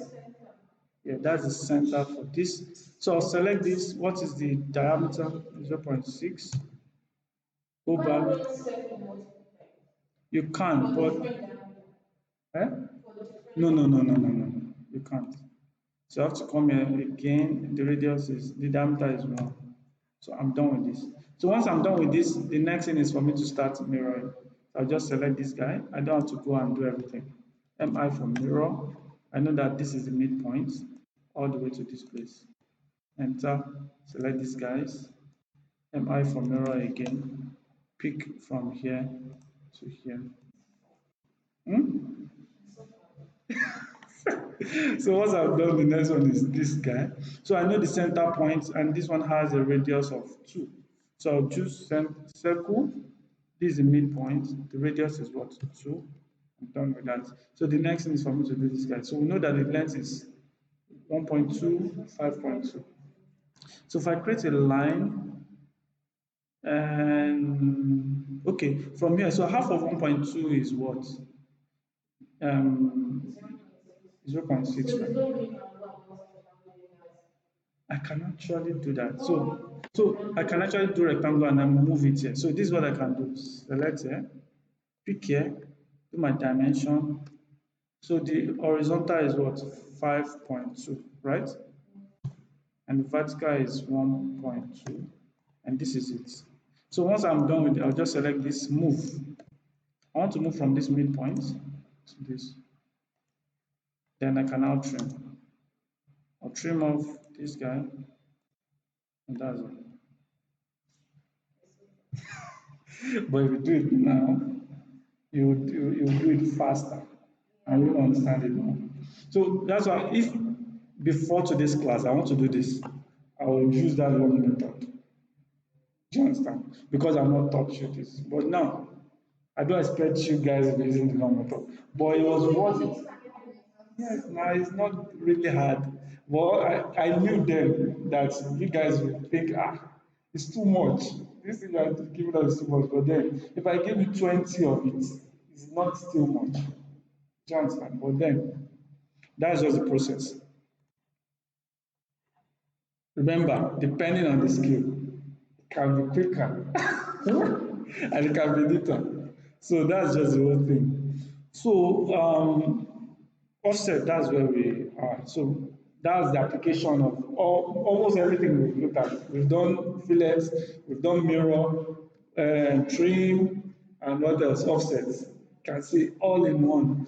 So then that's that. Then the next thing is before I come to this guy, because that's the only thing remaining here. If I click on this drop down, there are still some things I want to talk about here. So pin down this. So one of them is to align. This is this. You can also align. The shortcut is AL. So where is the application? What's the application of alignment? So if I want to align this guy, I want to align it to this base here, such that it's going to turn. So I want to move this guy to this place and turn it like this. I can use alignment. Don't forget, I'm moving it, then rotating it. Do you understand? So we can align. And then, so let me delete this guy so that they don't distract me. I said the shortcut for align is AL. Another thing you also need to know about alignment is that it's going to ask you for quite some things. It's going to ask you for, you need to know about this terminology, source object and destination object. Source object is always the object you want to move. So in the case of this alignment, this is the object I want to move, so this object becomes my source object.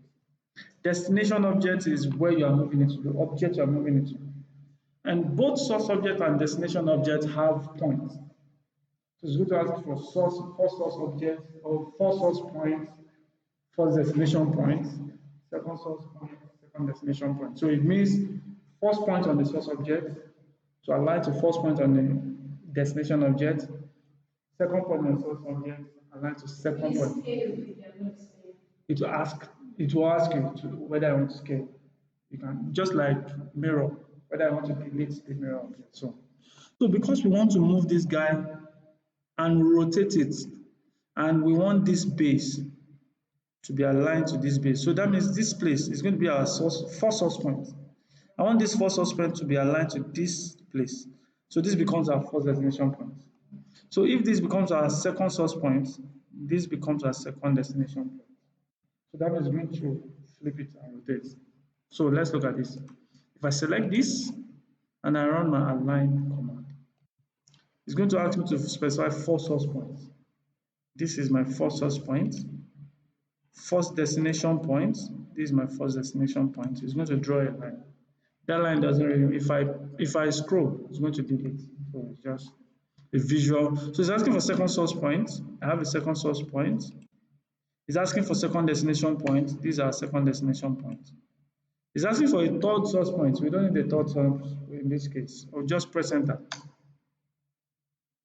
Then it's now asking me another question. Do you want to scale object based on alignment point? Do you want to scale this object to this guy? If I want to, I'll say yes. In this case, I'll just say no. It will just move it there, align it, but the object scale will still remain. Yeah, it will be different, definitely. It's just I just want to align it, move it there. I'm not scaling. I just want to move it there. So if I say no, it moves, and that's yeah. It's just the line that it's looking at. Do you understand? So what's the application of this? Let me undo. If we know that from here we come into this place, let's say this is 10, and that 10 goes in at a particular unit, let's say 2, and come out 4 here. Don't forget. So from here to here is 10, we are going into 4. So if I trim, so if you have a hole here that is supposed to enter into, so that means we are not supposed to scale. So remember I moved 10. So if I come here also, I can also do, just to make everything look like we are doing assembly. So this is 10, we come out 2, remember, because we are going in 2 there, and we are going into this place 4, and we are going out. Trim.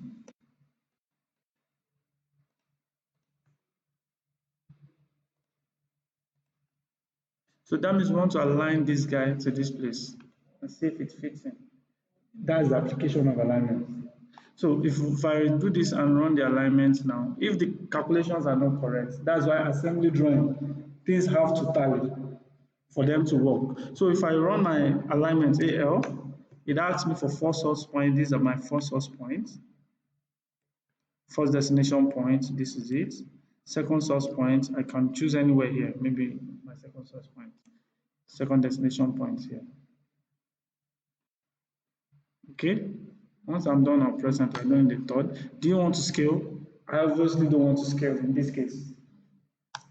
You need to move it and it aligns. Do you see that? So it works.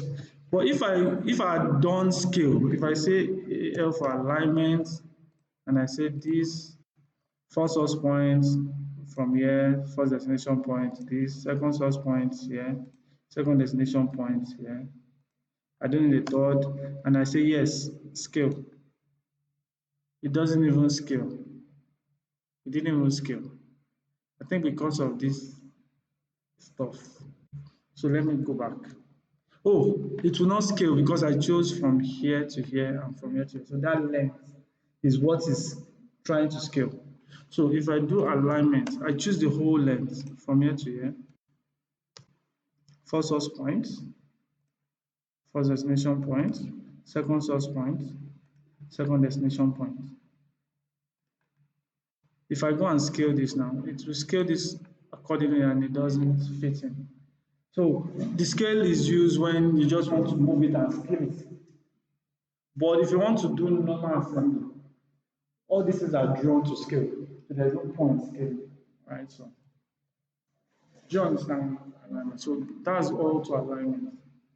So then there's this one more thing about alignment. So if I have this drawing, it was asking for a third point. Let me show you the application of that third point. So if I want to move this guy, let's see.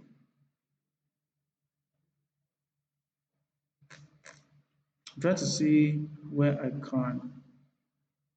Okay, so let's assume we want to move.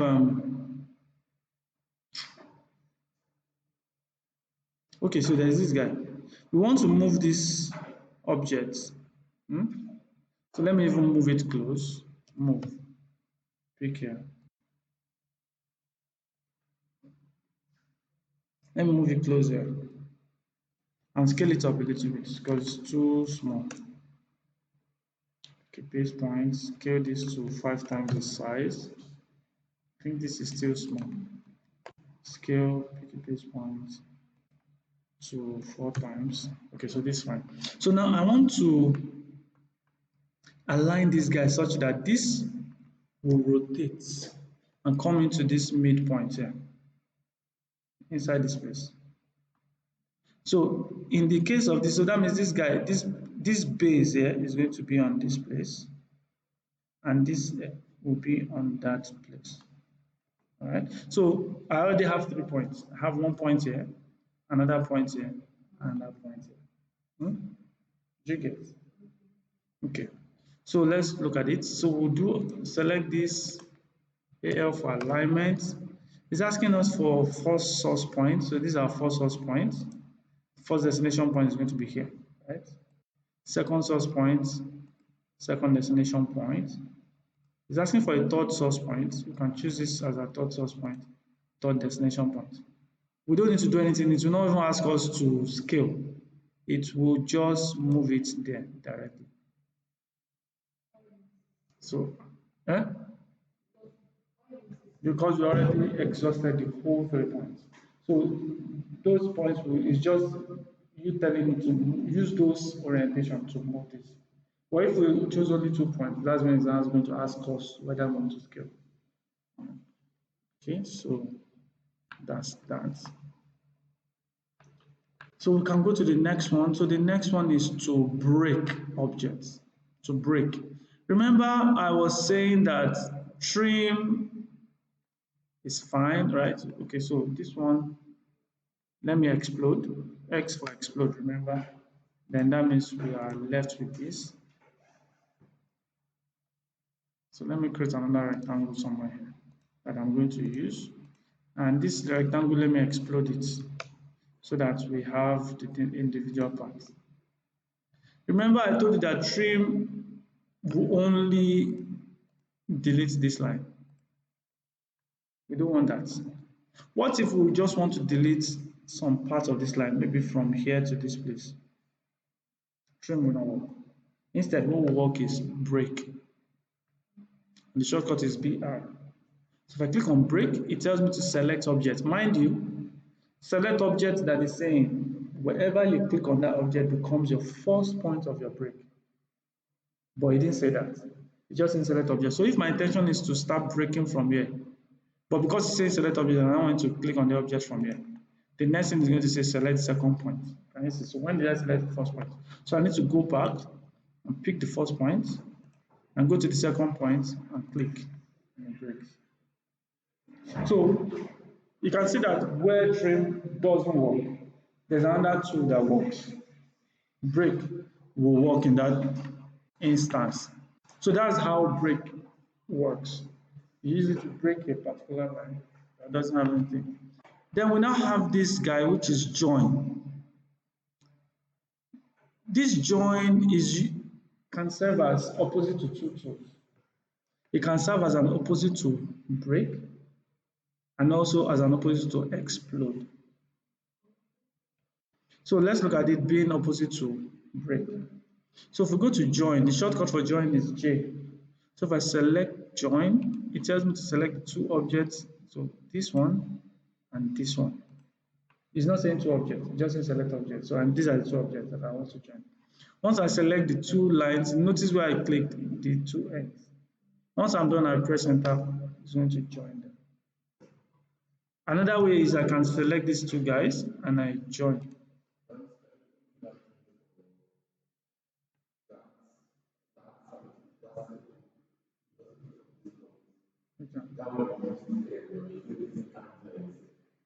No, join will not work. It's target that is target. I know this one. No, join will not work. Join will not work. Because you have to first of draw the line and then move. So let's just assume the line is here. Let's see now. Join, select this and this.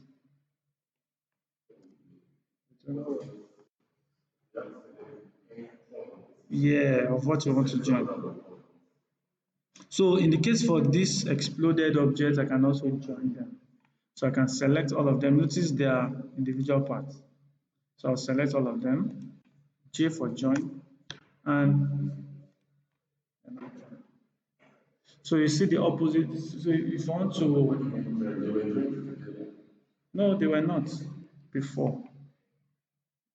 They were individual segment. That means I can select this one, move it anywhere I want. They were not glued together, just like we talked about lines and polylines, the difference.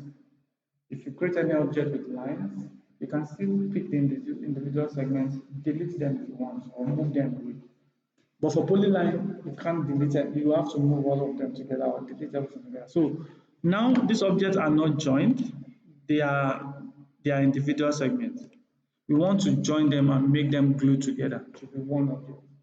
Then join works. If I go to join and I select all of them, I press enter. If I now say let me click this part now, you notice everything is selected.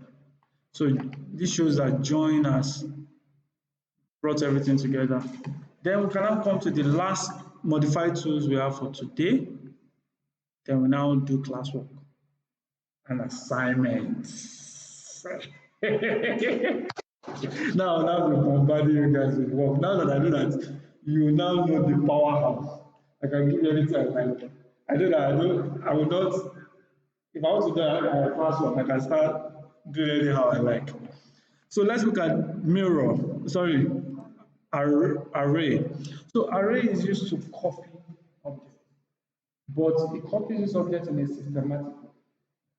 Can copy these objects in grid format, matrix format, which is a rectangular array.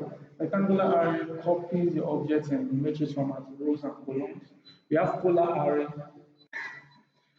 You are invading this baby. Hey, you are not Russia, it's not Ukraine, you are invading. Is here. You are modified to, you will see array under your fillet. See, these squares that has like 4 rectangles. Yeah, so you have 3 types: rectangular array, path array, and polar array. Polar array copies objects in a circular format. Rectangular array copy in grid format, rows and columns. And path array copy objects in a particular path. So you have a spline, we've looked at spline. So if I want to copy something along this curve, I can use path array because it's a path. All right, so let's look at it.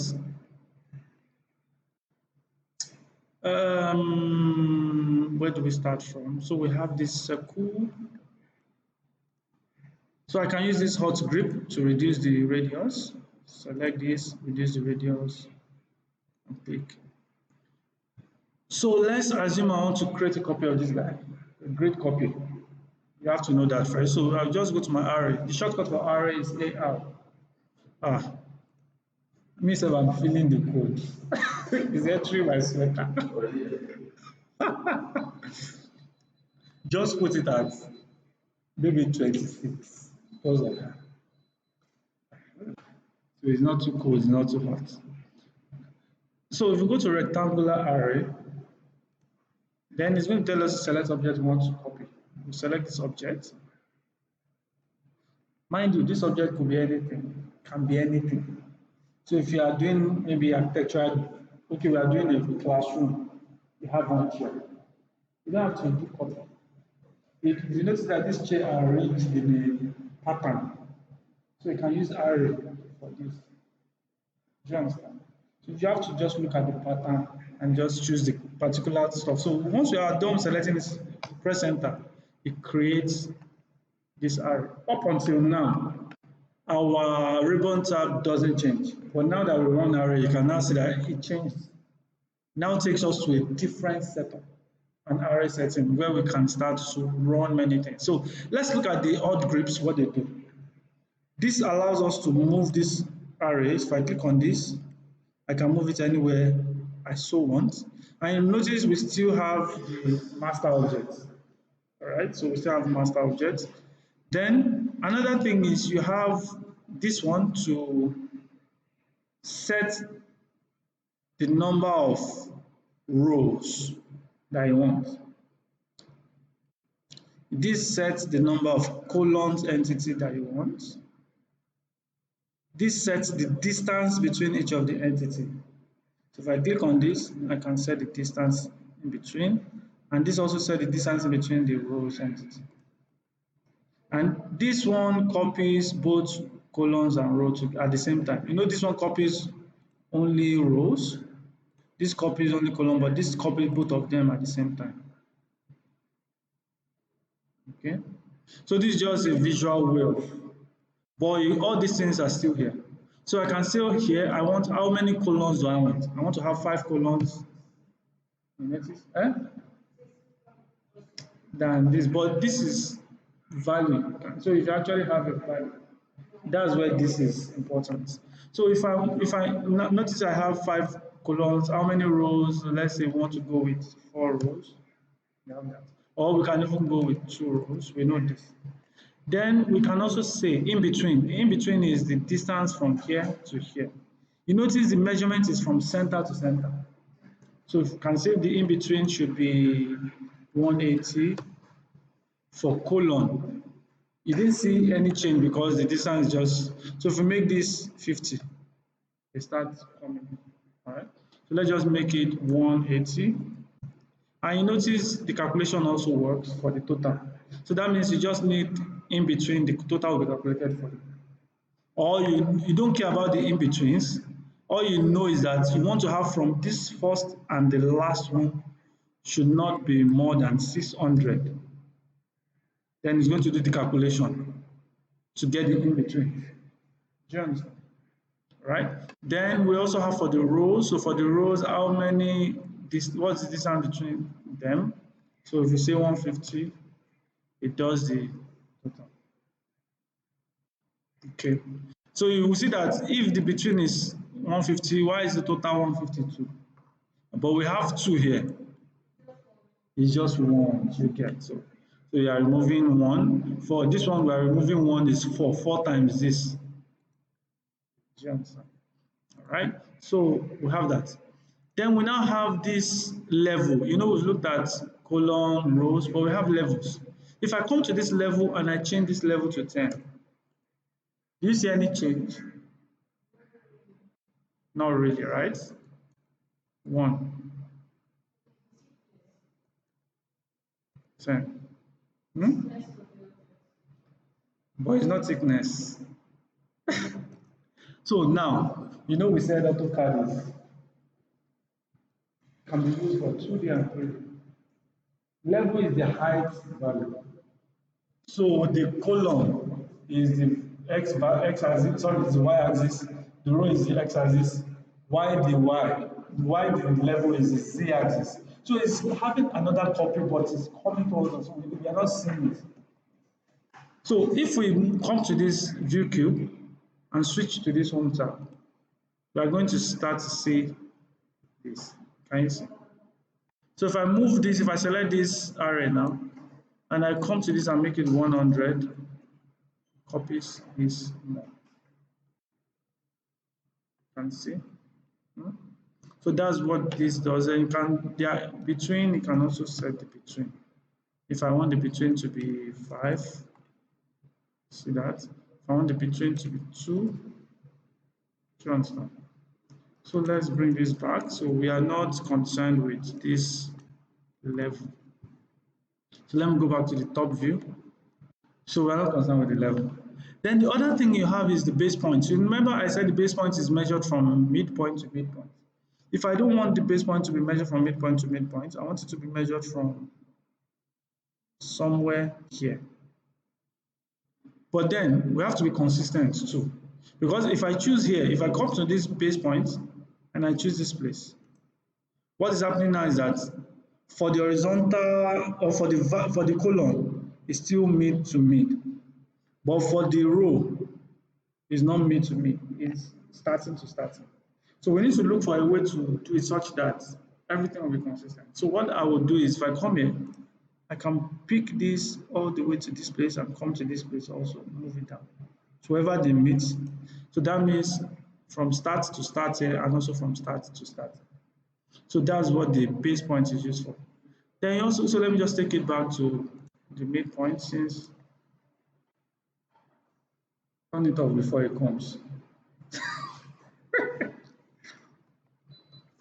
So we also have this edit source object. So you can also edit source object. So editing source object means now I want to, you know, this is source object. If I feel that I don't want circle anymore, I want it to be something else, I can edit. So if I go to edit source object, then it's telling me to select item in the array. So you can select any item in this array and work on it and it affects everything. So let's just select anyone, maybe this one. Then once you select this, it's going to tell us that edit source objects of the necessary array. Yes, we want to edit. So it takes us, you notice everything is highlighted except this. So now we are now in the edit mode. We can do a lot of things with it. So we can say, okay, let me create a line and see what distance we are going to have. So let's say, okay, this is, so let's say 10, let's say 15. So we can do an offset, 15, and pick this object, go in, and we can still say, okay, for this one, we want to have a rectangle that goes from here to here, and trim this guy, trim this guy. You notice as I'm working on this, you can see every other one is having effect. So once I'm done, I press enter. And once I'm done with this, I'll just come to this top here, save changes. I save changes, my array has now changed because I've edited one of them. If I still want to edit, if I select this, I still want to edit, I can say edit. This time I can even pick another object. Maybe this is the object I want to pick. I'll pick this. Yes, I want to edit it. Then maybe I want to create circle somewhere here. Just put the circle here. So once I'm done, I'll save changes. It affects every other time. So that's edit. So there's this other thing we can also do. That is, let's say, okay, so let me create a copy of this guy.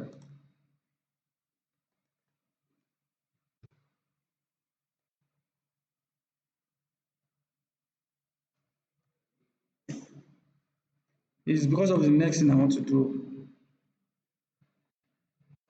So let me scale this up to, let's say, pick a base point here, 4 times the size. Is that okay? Let's work with this. Scale, base point. Okay, so this is fine. Let's move this somewhere here. So we can also do another thing. So, and that other thing is if I select this, we have option to also replace item. We have looked at edit. So if I say replace item, so it's going to tell me to select replacement object. So this is the replacement object. Hmm? Pick enter. Then it's now asking me to pick a base point of replacement object. So let's assume this is going to be our base point. Then select the item in the array to replace. I want to replace this. I want to replace this. I want to replace it. You can see that you are using array to do a whole lot of things. So I want to replace this one. And once I'm done, I'll just press enter. And we have done array of tools. I can do array of as many of them. So I can even do a classroom, have some chairs, different type of chair. Don't do the array first with one, and start replacing. So I get everything to not so like you understand? So that's the replace for that array.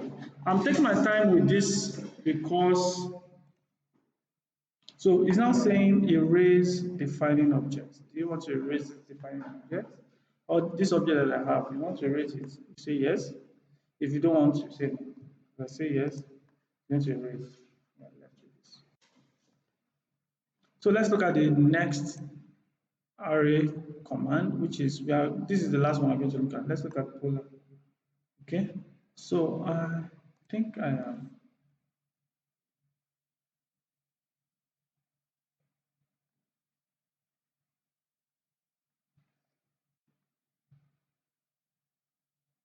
something is wrong.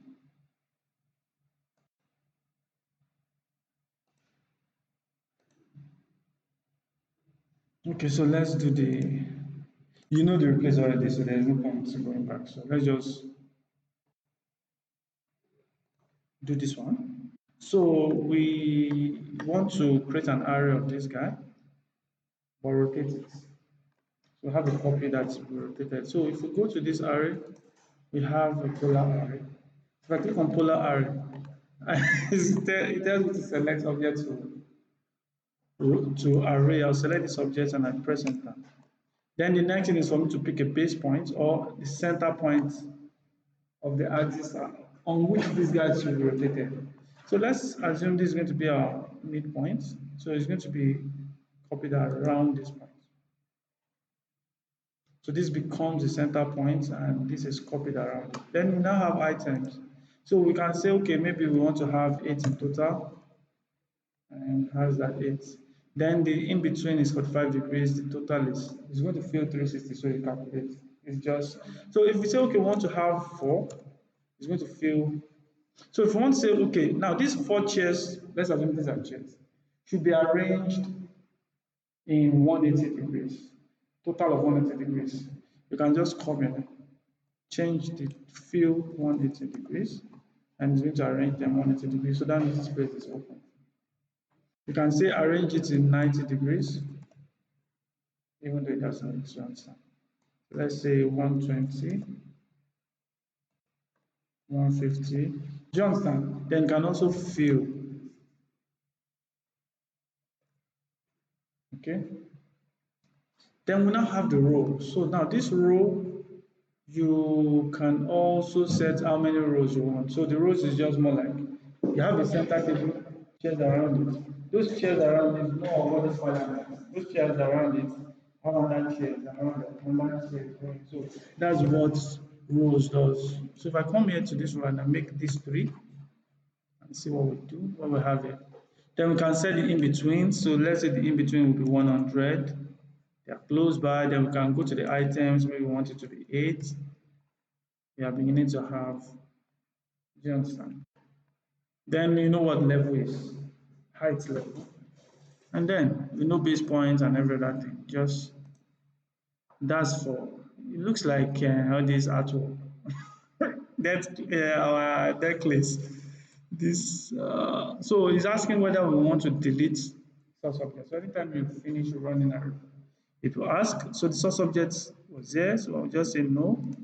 So if I say no, that means if I pick this and move this away, my source object will still be there. Okay. Then we now have this last one, which is the part array. So let me copy this guy and move this here. Turn off this for a moment. Eh? CO. CO. So select this and then maybe rotate this a little bit. RO for rotate and pick this place and take this way just like this so that we can follow this path.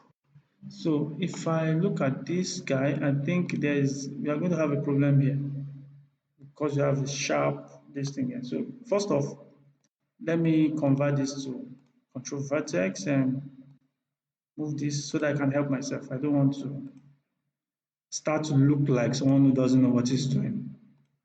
You get it?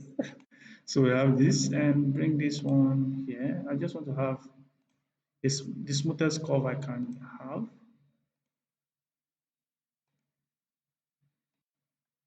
So maybe bring this here. Okay, so we want to have this copied along this path. So if I go to my array, I have path array.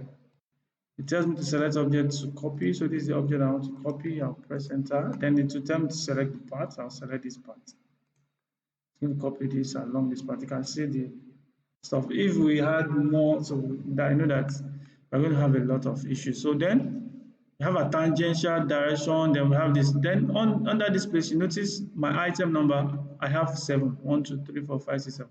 I can't change this 7. Okay, so before now, I used to go through long path that okay, is either I can change the distance, I can't change both at the same time.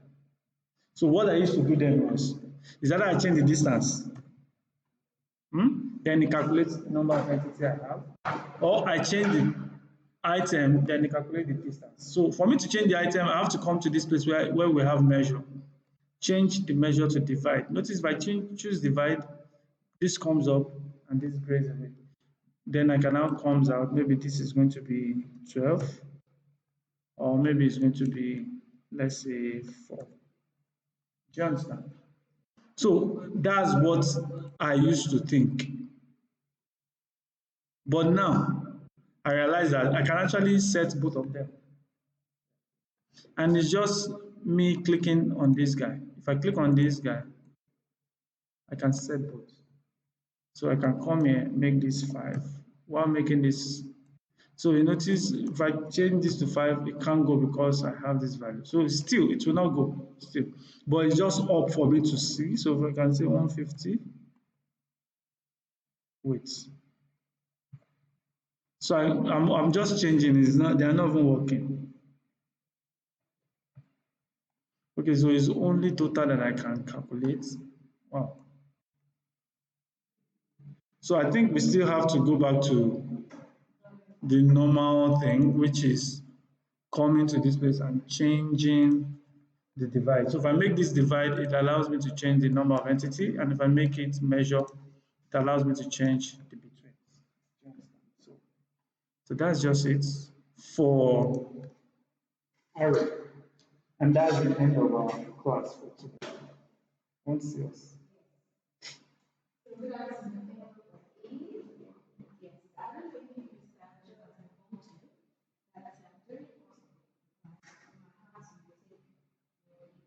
I forgot.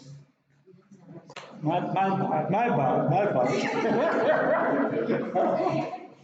forgot.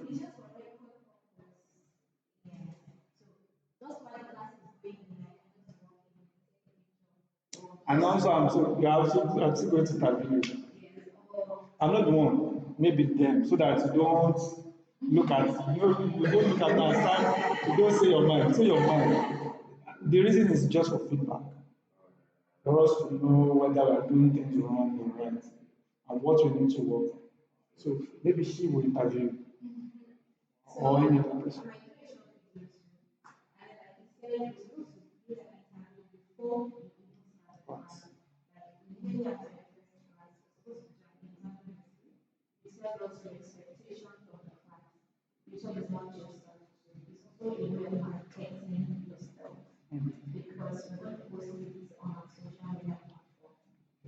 And it's not if you don't want it to be posted, you will tell us. Yeah, that's why we inform you. So if you don't want, some people don't like, I don't post it.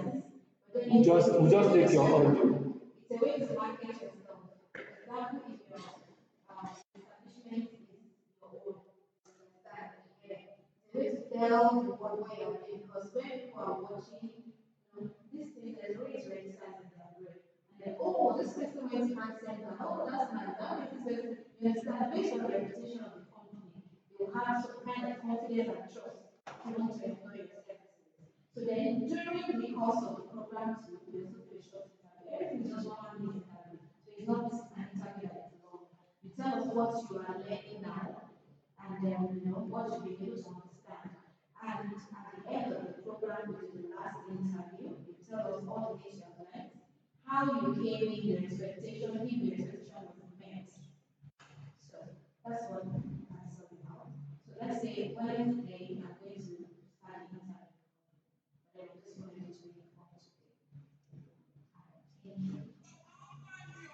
Julie, that was the next class, right? I need to give them class. From Wednesday, how will you come in?